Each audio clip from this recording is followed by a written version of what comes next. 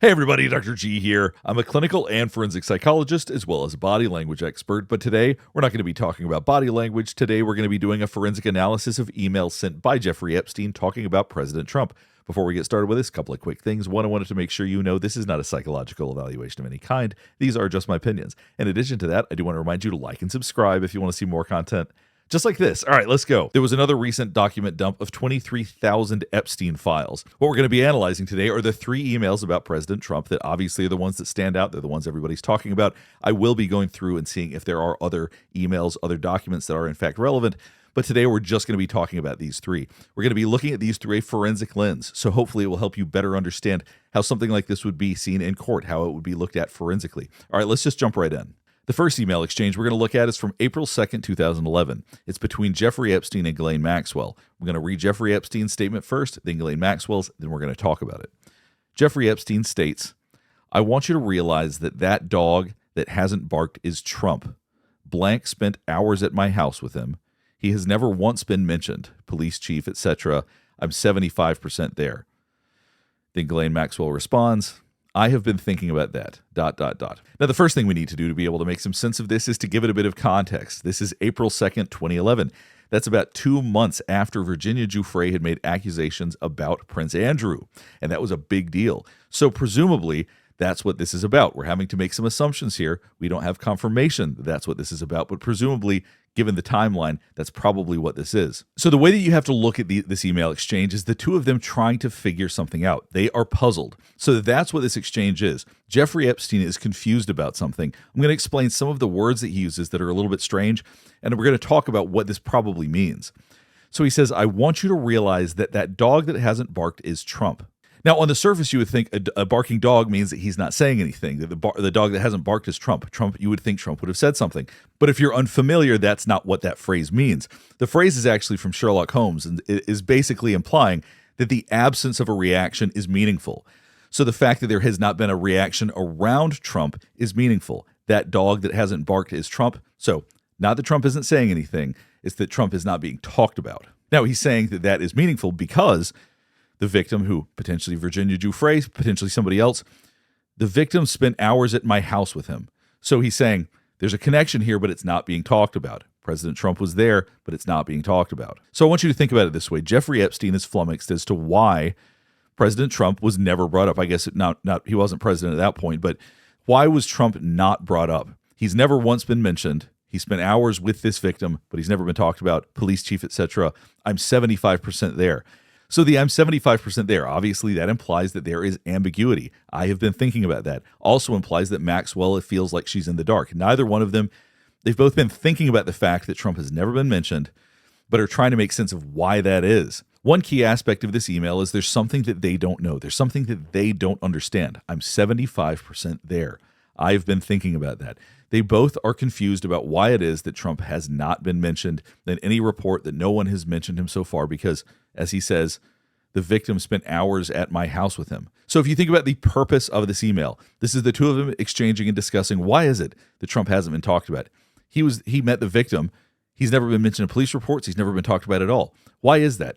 Well, I'm pretty sure I've figured that out. I'm 75% there, figuring out why it is that he's not being mentioned. And Ghislaine Maxwell, obviously, she's saying also, I've been thinking about that. So both of them have been thinking about the fact that Trump has never been mentioned in any of this. So what that could imply, maybe they believe that he's worked with law enforcement. There could be something, but something secretive. They are confused by this. This exchange is two people that are uncertain about what's going on, and they think there must be more to it. So being 75% there, that's how I interpret that. You also have to consider that the incident with Prince Andrew happened in 2001. Now, 2001 is when Jeffrey Epstein and Donald Trump were still apparently friends. They didn't stop interacting until a little bit after that, from my understanding. So the idea that he would have spent hours at his house in 2001 is actually not shocking. That actually tracks with what's known. So here's the part of the email that conflicts with what's previously been known. According to Virginia Giuffre herself, when she was alive, she stated that President Trump and her were never at Epstein's residence at the same time. She never saw him there. She said that she believes that he went there, that she believes that she knew that he had been to the residence, but had never personally seen him there. She had met President Trump, but not in that context. But this would directly conflict with that. So the real question would be, what does victim spent hours at my house with him mean? Does that just mean they were in the same house at the same time, or at a party at the same time? What specifically does that mean? Unfortunately, we can't get clarity on that, but there does seem to be some direct conflict with what we know and what is stated in this email. All right, let's go on to the next email, and at the end, we're going to talk about all of them. Now, the next email exchange we're going to look at is between Michael Wolff and Jeffrey Epstein. Now, Michael Wolff is a journalist and an author. He's written a couple of books on President Trump. They were actually after this. There was an article that he wrote in The Hollywood Reporter in 2016. President Trump liked it, allowed him access to the White House, and he ultimately wrote a couple of books that President Trump did not love, and now they have more of an adversarial relationship. But what we're going to be looking at is an exchange between Michael Wolff and Jeffrey Epstein before any of that. We're going to start with Michael Wolff's initial email from December 15th, 2015. And this would have been before President Trump obviously was president. I hear CNN planning to ask Trump tonight about his relationship with you, either on air or in scrum afterwards. Epstein replies, if we were able to craft an answer for him, what do you think it should be? Michael Wolff replies the next day, I think you should let him hang himself. If he says he hasn't been on the plane or to the House, then that gives you a valuable PR and political currency. You can hang him in a way that potentially generates a positive benefit for you, or if it really looks like he could win, you could save him, generating a debt. Of course, it is possible, when asked, he'll say Jeffrey is a great guy and he's gotten a raw deal and is a victim of political correctness, which is to be outlawed in a Trump regime. All right, there's a lot here. Let's go through it email by email. Now, the interesting part about this is that Michael Wolff is trying to help Jeffrey Epstein right here. It's interesting that Epstein asked, if we were able to craft an answer for him, what do you think it should be?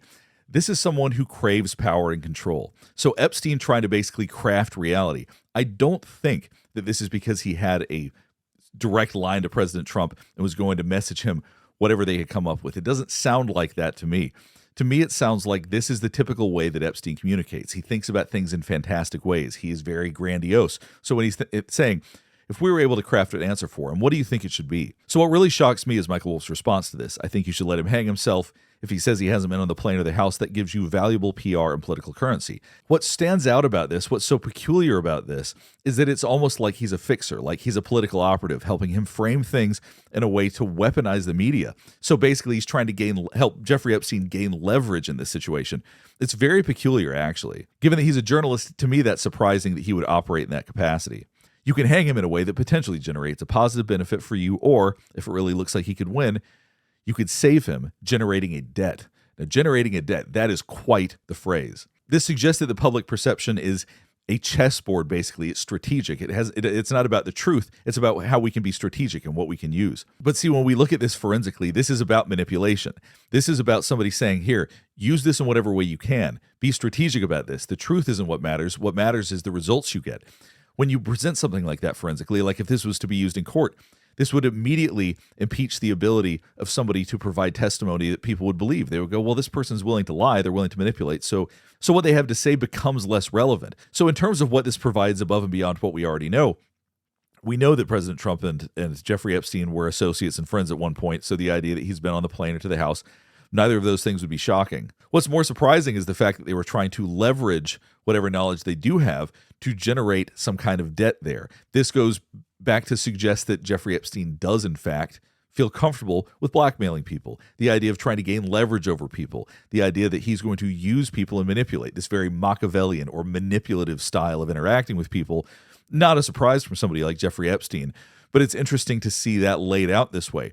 Does it tell us anything particularly new about President Trump? Not really. Basically, this is just saying that they were thinking about what they know about President Trump as he was preparing to get elected, or as he was answering questions during the election. So if we're to summarize the significance of this email, obviously between Michael Wolff and Jeffrey Epstein, they were trying to strategize how Jeffrey Epstein could come out of this looking the best. In terms of what it gives us above and beyond what we didn't already know about President Trump and Jeffrey Epstein, it's not much. It basically confirms that Epstein believed that he had enough information about Trump that it could be harmful to him in some way. But what that information is, they don't give us any clarity on that. It does seem that Jeffrey Epstein may have been considering or willing to consider leveraging that relationship to try to get some sort of political debt or to try to get some sort of leverage over President Trump.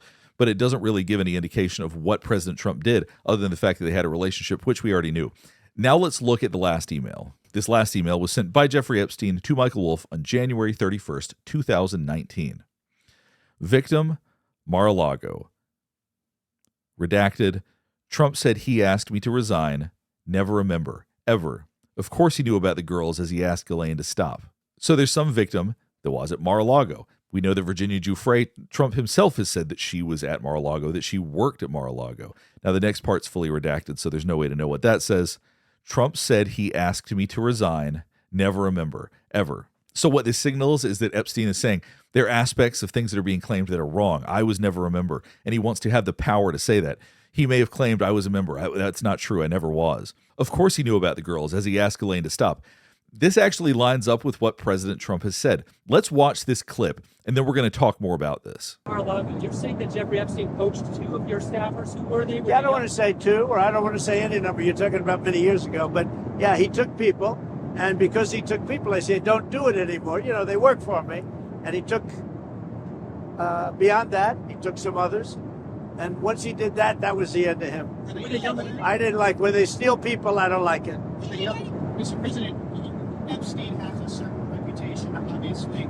Just curious, were some of the workers that were taken from you, were some of them young women? Were some of them? So we're going to keep going, but this may be what that email was referring to. Let's watch the rest of this, and we're going to go back and do more analysis. Some of them young women. Well, I don't want to say, but everyone knows the people that were taken. And it was the concept of taking people that work for me is bad. But that story's been pretty well out there. And the answer is yes, they were. Yes, they were. Yeah. What did they do? In the spa. Jobs. In the spa. Yeah, it's people that work in the spa. I have a great spa, one of the best spas in the world at Mar-a-Lago.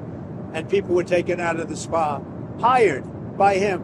In other words, gone. And other people would come and complain, this guy is taking people from the spa. I didn't know that. And then when I heard about it, I told them, I said, listen, we don't want you taking our people, whether it was spa or not spa.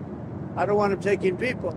I know this is a long clip, but I wanted you to get a chance to see the whole thing to make sure that we fully understand the context of his own statements about this.